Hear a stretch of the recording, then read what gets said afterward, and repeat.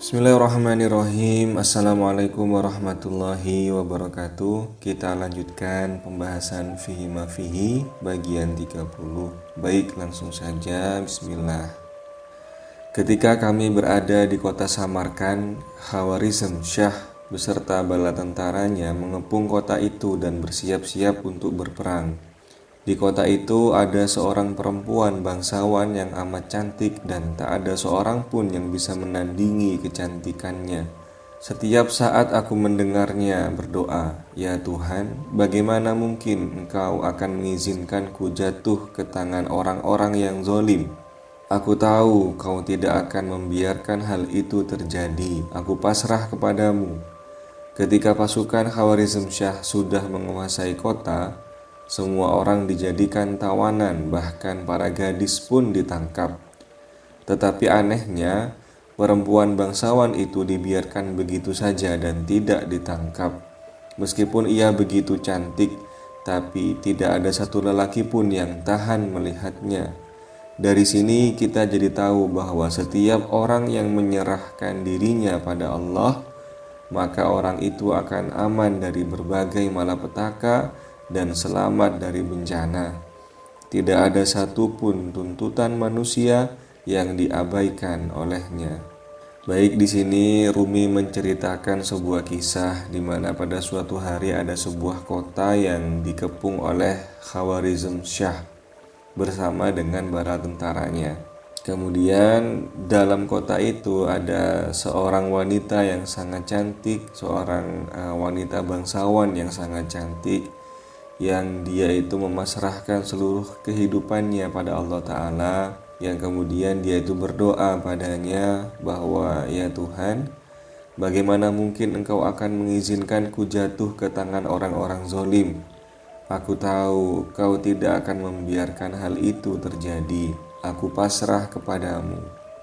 Itulah doa yang dipanjatkan oleh perempuan bangsawan tadi.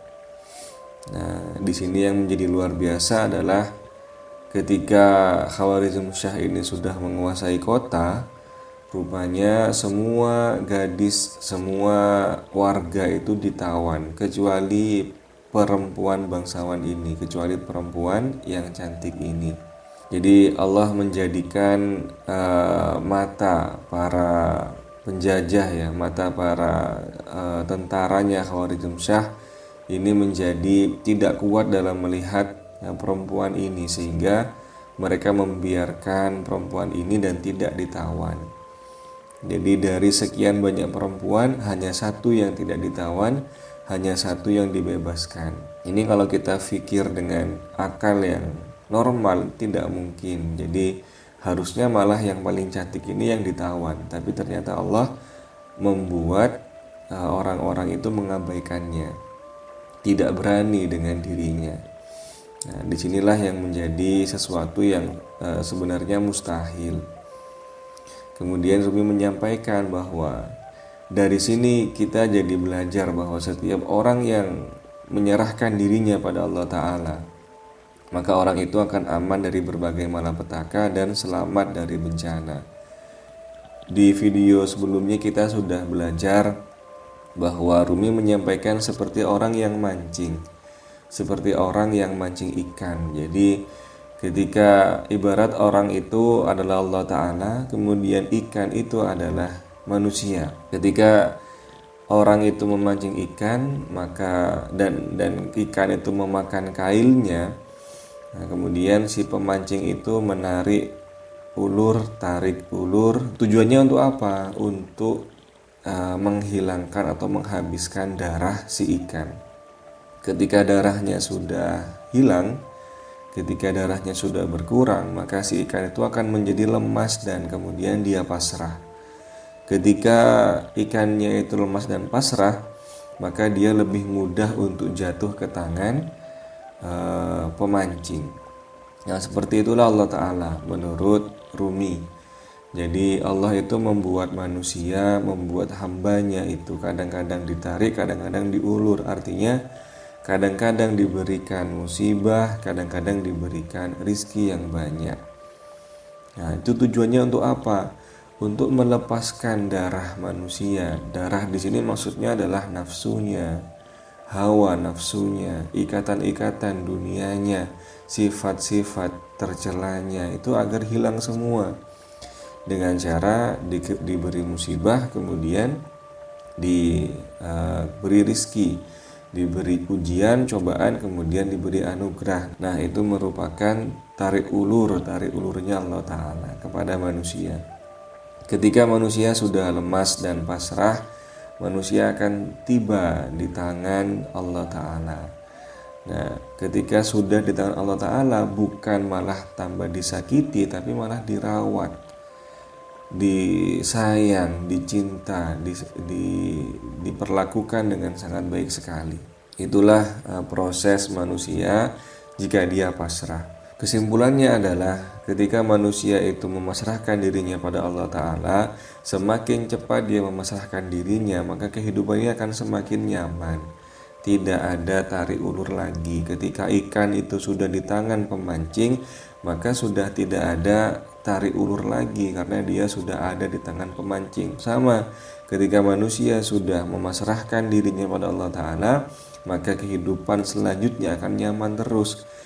Contoh saja ketika misalkan tertimpa musibah karena kesalahannya sendiri ya. Jadi musibah itu ada dua. Ada musibah yang datang pada kita karena memang itu dikehendaki oleh Allah Ta'ala. Ada musibah yang datang pada kita karena ulah kita sendiri. Kalau yang datang dari Allah Ta'ala berarti dia sedang menarik kita untuk bisa segera menuju padanya. Kalau musibah yang dari kita sendiri, dari kebodohan kita sendiri, yaitu adalah konsekuensi atau karma yang harus kita jalani. Nah, di sini saat kita memasrahkan diri pada Allah Ta'ala, kita berdoa padanya, maka kita akan selamat. Nah, contoh saja, misalkan kita berbuat kesalahan, kita berbuat kekhilafan, kemudian kita tertimpa musibah karena itu, kemudian kita memasrahkan diri pada Allah Ta'ala, maka musibah yang kita alami itu seolah-olah menjadi ringan karena kita sudah memasrahkan padanya. Maka rumusnya adalah jangan segala apapun itu jangan diterima, jangan juga ditolak. Jangan dibanggakan, jangan juga dikeluhkan, tetapi angkatlah ke atas. Nah, itu adalah rumus kehidupan.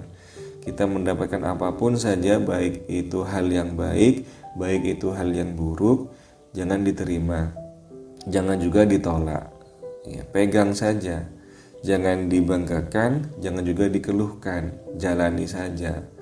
Nah, yang betul adalah angkat ke atas, semua syukuri, semua kembalikan pada Allah Ta'ala. Inna lillahi, sesungguhnya semuanya itu milik Allah. Wa inna, dan sesungguhnya ilaihi, kepadanya lah rojiun, semuanya berpulang atau kembali. Jadi ketika manusia itu menyerahkan dirinya pada Allah, dia akan aman dari berbagai malapetaka dan selamat dari bencana. Katakanlah meskipun kita sudah pasrah, ternyata kita memang harus meregang nyawa. Misalkan ada bencana, kita sudah pasrah tapi kita tetap mati. Nah, maka mati itulah, meregang nyawa itulah yang menjadi jalan keselamatan untuk kita. Bukan di alam ini tapi di alam berikutnya. Nah, jadi kita ya sudah tenang saja. Untuk masalah nyawa, masalah kehidupan dan kematian kita pasrahkan total. Kapanpun saja monggo kerso ya Allah, kapanpun saja terserah-serah Engkau. Tidak ada satupun tuntutan manusia yang diabaikan olehnya. Ud'uni astajib lakum, berdoalah kepadaku maka pasti akan aku jawab. Nah, di sini perempuan bangsawan ini berdoa padanya. Dia sebenarnya bukan berdoa, dia itu berhusnudzon pada Allah Ta'ala, berprasangka baik. Ya Rob, ada bencana datang, hamba yakin, hamba percaya Engkau tidak akan menimpakan sebuah bencana itu pada hamba. Ada orang yang ingin menguasai kota, hamba yakin Engkau tidak akan membiarkan hamba ada di tangan orang yang zalim. Nah, jadi keyakinan 100%. Itulah kemudian yang menjadikan Allah Ta'ala itu mengabulkan apa yang dia doakan, apa yang dia harapkan. Saat aliran air deras tiba-tiba menghantam tubuhmu, jangan melawan, jangan gerakkan badanmu.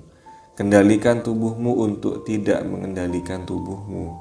Pasrahkan segalanya, ikuti kemana arus membawa kehidupanmu selanjutnya.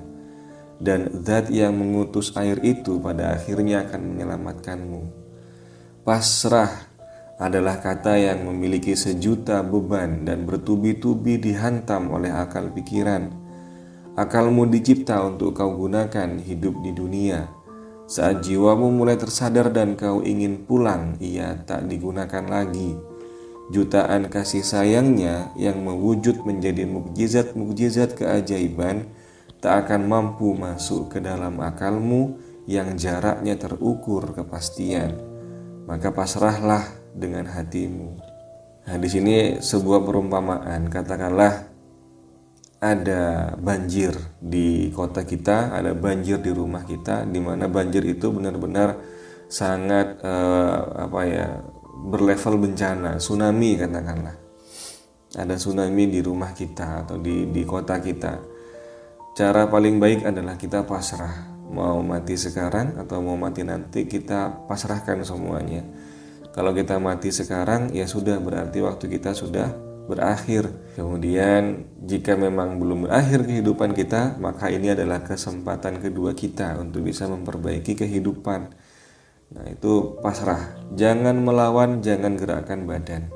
Ini contohnya. Jadi ketika bencana datang, kita pasrah. Sudah, kita kendalikan tubuh untuk tidak mengendalikan tubuh. Pasrahkan segalanya, ikuti arus membawa kehidupan selanjutnya kemana. Jadi ketika arus datang, tubuh kita itu ketika kita tidak mengendalikannya, dia akan mengapung di air. Tubuh kita saat kita pasrah total akan mengapung di air. Tapi ketika kita punya keinginan yang kuat, ketika kita panik, ketika kita tergesa-gesa, tubuh ini akan tenggelam di air. Itu rumusnya. Jadi ketika pasrah total, ia akan mengapung. Jadi misalkan ada tsunami di rumah kita, pasrahkan saja, diam.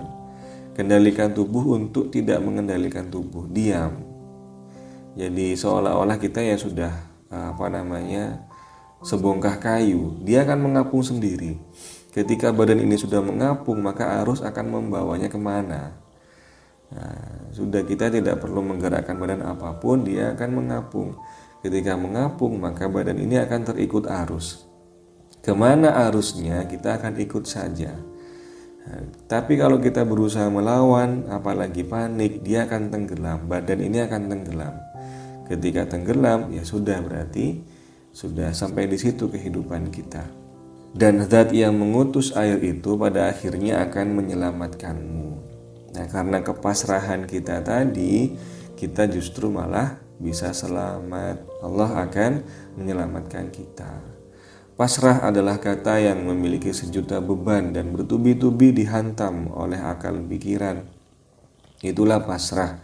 Kalau kita menggunakan akal, sama sekali tidak akan bisa pasrah. Kenapa? Karena tempatnya kekhawatiran itu adalah di akal.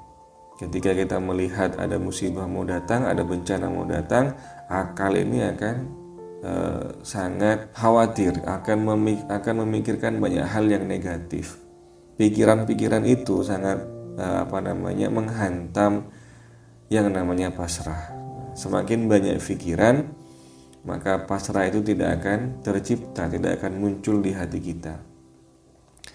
Akal digunakan untuk kehidupan dunia, tapi ketika kamu sudah ingin pulang, ia tidak digunakan lagi. Kenapa Allah memberikan akal pada manusia? Agar dia bisa hidup dengan baik dan benar di dunia. Tapi ketika manusia sudah sadar bahwa dia ingin pulang, maka sebenarnya dia sudah tidak membutuhkan akal lagi. Apa yang dibutuhkan? Yakni hati. Jadi kita harus pasrah dengan hati kita. Seorang darwis mengajari anaknya saat meminta sesuatu padanya. Ia berkata, mintalah pada Allah. Ketika dia menangis seraya meminta sesuatu dari Allah, apa yang dipintanya selalu hadir di hadapannya. Beberapa tahun sudah berlalu. Suatu saat ketika anak darwis itu sedang sendirian di dalam rumahnya, ia menginginkan bubur. Seperti biasanya dia pun meminta, "Aku ingin bubur." Saat itu juga semangkuk bubur dari alam gaib terhidang di hadapannya. Anak itu pun menyantapnya sampai kenyang. Ketika orang tuanya datang, mereka bertanya, "Kamu tidak menginginkan sesuatu?" Anak itu menjawab, "Aku sudah meminta bubur dan sudah menyantapnya." Ayahnya berkata, "Alhamdulillah, kamu telah mencapai tingkatan ini. Kepasrahan dan keimananmu kepada Allah sudah tumbuh kuat." Nah, ini merupakan kisah yang luar biasa yang disampaikan oleh Rumi, bahwa ada seorang darwis. Darwis itu adalah seorang salik. Salik itu adalah orang yang menempuh perjalanan menuju Allah Ta'ala. Jadi orang yang sudah sadar jiwanya, ingin segera pulang pada rumah yang sejati, sehingga dia melepaskan ikatan-ikatan duniawi. Itu adalah seorang salik. Seorang salik mengajarkan pada anaknya, "Nak, kalau kamu ingin apapun, mintalah pada Allah Ta'ala." Nah, kemudian dipraktekkan sama si anak. Ketika dia menangis ingin sesuatu, dia minta sama Allah Ta'ala, dan yang dipintanya selalu hadir di hadapannya. Artinya langsung kun fayakun, hadir. Suatu ketika dia ingin bubur. Nah, kemudian dia melakukan lagi apa yang disarankan oleh orang tuanya. Dia minta pada Allah Ta'ala, "Ya Rabb, hamba ingin bubur." Kemudian semangkuk bubur hadir dari alam gaib di hadapannya. Nah, dia langsung menyantapnya dan menghabiskannya bubur itu. Nah, kemudian orang tuanya datang, "Kamu tidak minta sesuatu? Kamu tidak ingin sesuatu?" Si anak kemudian menjawab, "Sudah, aku sudah minta bubur dan sudah menyantapnya." Nah, di sini kemudian orang tuanya bersyukur, "Alhamdulillah, kamu akhirnya sampai di tingkatan ini, sampai di makom ini. Kepasrahan dan keimananmu kepada Allah sudah tumbuh sangat kuat." Yang kita pelajari pertama adalah tentang bagaimana seorang darwis ini mendidik anak. Jadi yang saya pahami adalah untuk mendidik anak itu sangat mustahil kalau kita menggunakan kemampuan kita sendiri. Sangat mustahil, anak itu tidak akan jadi. Kenapa? Karena kita tidak bisa melihat atau mengawasi anak 24 jam setiap hari. Mungkin yang kita lihat hanya beberapa jam saja, sisanya dia bertemu dengan lingkungannya. Nah, maka kita minta bantuan Allah Ta'ala, kita minta bantuan zat yang mampu 24 jam untuk mengawasi anak kita. Nah, caranya bagaimana? Kembali ke pembahasan yang dulu, bahwa berdoa itu ada dua, berdoa bil lisan dan berdoa bil amal. Doa dengan lisan dan doa dengan amal. Yang paling kuat adalah doa dengan amal. Jadi setahu saya orang-orang yang faham itu memohonkan keselamatan anaknya dengan jalan berpuasa. Jadi anak itu dipuasai selama 28 hari. Tirakat khusus untuk anak. Jadi ketika sahur niatnya, "Ya Rabb, hamba niat berpuasa. Hamba mohon padamu, jadikanlah anak hamba anak yang soleh, anak yang selamat, anak yang engkau letakkan di lingkungan yang baik, anak yang bertemu dengan teman-teman yang baik, sehingga dia menjadi anak yang baik dan anak yang kenal padamu dan kenal pada kekasihmu." Kemudian sahur. Begitu juga dengan buka. Ketika berbuka, berdoa, kemudian dalam hati sampaikan lagi hajatnya tentang anak. Nah, itu selama 28 hari. Jadi tirakat untuk anak. Sehingga kemudian Allah dengan bahasa gerak kita tidak makan untuk anak itu, kemudian Allah akan mengabulkan. Dia menjadikan si anak itu jiwanya ditata, jiwanya akan disetting agar dia langkahnya itu menuju pada Allah Ta'ala dan kekasihnya. Allah akan menyeting lingkungan anak itu hidup, baik di sekolah maupun dimanapun, dia ditempatkan di tempat yang baik, dia ditempatkan berteman dengan orang yang baik. Itu semua Allah Ta'ala. Jadi seorang yang faham, dia akan memohon pada Allah Ta'ala kepada si anak ini agar dia menjadi anak yang baik. Sehingga benar bahwa bagaimana kehidupan anak itu tergantung sama orang tuanya. Nah, kayak ini seorang darwis itu pasti dia sering puasa. Pasti beliaunya ini faham tentang bagaimana mendidik anak yang benar, yakni dititipkan pada Allah Ta'ala melalui jalan puasa. Kemudian dia berpesan pada anaknya, kalau ada apa-apa minta sama Allah Ta'ala. Nah, langsung sami'na wa ata'na, langsung dilaksanakan. Bahkan dia sudah sampai pada makom kun fayakun. Dia sampai pada makom kun, apa yang dia inginkan langsung hadir di hadapannya. Sama seperti gambar ini, ketika anak itu sudah pasrah dan iman dan dia itu dekat dengan Tuhan, dia bisa melakukan apa saja sebenarnya. Hal-hal yang mustahil ini dia bisa lakukan, tapi dengan syarat nafsunya dan keinginan duniawinya itu disirnakan. Itu semua adalah Allah yang bekerja. Allah perlahan-lahan melangkahkan kakinya pada proses pemusnahan hawa nafsu atau proses di mana dia bisa mengalahkan hawa nafsu. Allah akan mengantarkan dia sampai di makom di mana dia akan mengerti banyak hal, faham banyak hal, sehingga meskipun dia itu dikaruniai mukjizat atau karomah yang luar biasa, maka karomah itu bukan didasari oleh nafsu dan keinginan, tapi didasari oleh kebutuhan dan kasih sayang.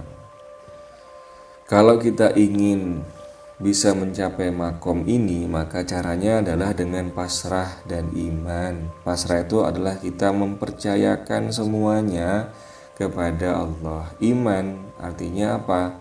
Kita yakin dia akan menangani atau membantu kehidupan kita.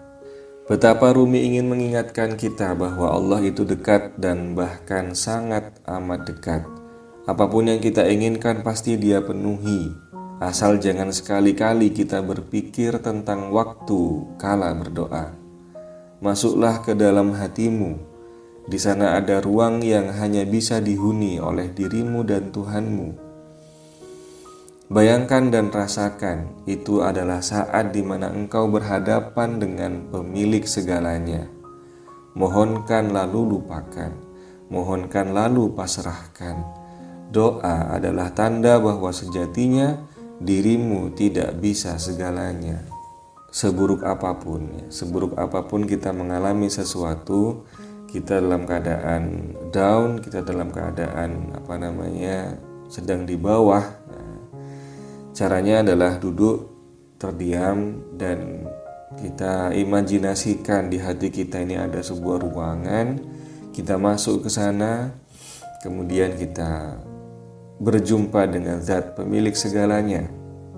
Ada Allah di sana. Kemudian tutup ruangan itu dan sampaikanlah semuanya pada Allah Ta'ala.